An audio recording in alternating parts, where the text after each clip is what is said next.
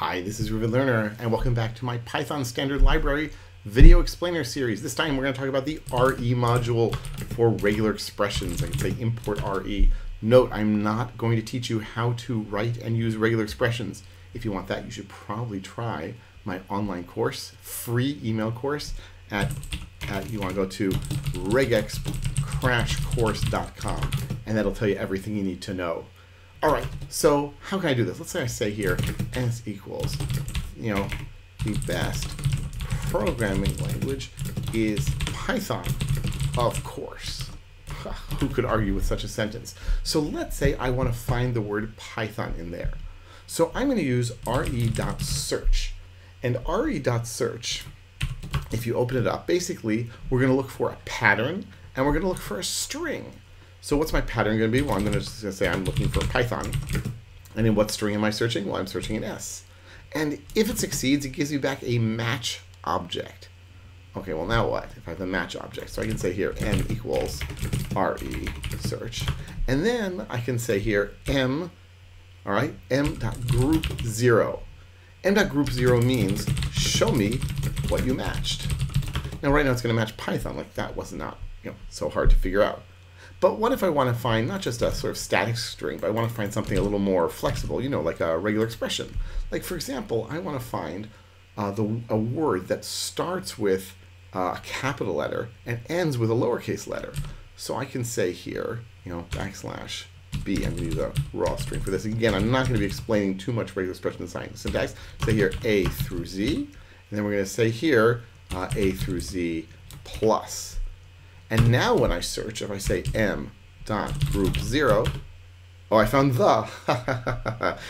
What's wrong? Well, nothing's wrong per se. I said I want to find the first word, and that's what search always does. It finds the first one from the left that matches the pattern. And what was the pattern that I found? Well, capital letter, the, right, T and the, followed by other letters. So I could, of course, restrict this, right? I could say here, well, actually, I really only wanted P. Oh, well, that's different. If you want something that starts with P, then Python is indeed your solution. So re.search looks throughout the regular expression for a match. If I say here A to Z again, right, once again, that's going to give me exactly the. What if I want to find both of them? What if I want to find more than one? Then I can use re.findall. And I can say here R of A through Z, A through Z plus \b in S. And now we're going to get a list of matches, all the strings that matched our regular expression. So here we find all the words. Well, what happens if we don't match? Well, for example, what if I say here m equals re.search? I'm going to look for blah, blah, blah, blah, just some junk in S. What happens now? Well, m group 0 is going to be illegal. Why? Because we got none back. And so what you have to actually do when you do this search, the traditional way to do it is we could say if m, then print m group 0, meaning I got something. Else, meaning if I got something that's false in a Boolean context, then I'll say print no match. And that's exactly what we're going to do here. What about when I use findall? Well, what if I use findall there, right? So I'm going to say here re.findall of that stuff. So here it's going to say no match also. But what is m? What did I get back? I actually got an empty list. Both none and empty lists are, of course, false in a Boolean context, so that's not going to be an issue.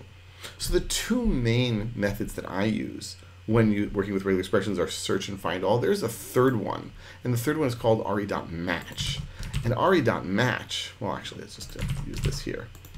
Right? re.match is exactly like, let's see if we, just copy this here. It's exactly like re.search with one difference in that it only looks at the beginning of the string.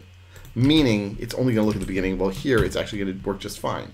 But if I change that to be like, I don't know, A through P, it's going to say no match because it's not going to find Python. Whereas if I were to do that with re.search, because search looks everywhere, right, let's do this here. So re.search would find Python. So the differences are re.findall always returns a list, maybe empty. Right? re.search returns a match object or none, and re.match also returns a match object or none. But re.match only looks at the start of the string, whereas re.search looks everywhere, finds first match from the left side. Right? Those are your most common methods to be used with RE. Next time we're going to look at some other methods that might be less used but are still quite useful. All right, thanks for watching. If you are enjoying these, please drop me a line. I'd love to hear from you on Twitter, via email, or just tell your friends about this video explainer series. I'd love to help more people. Thanks a lot. I'll be back soon.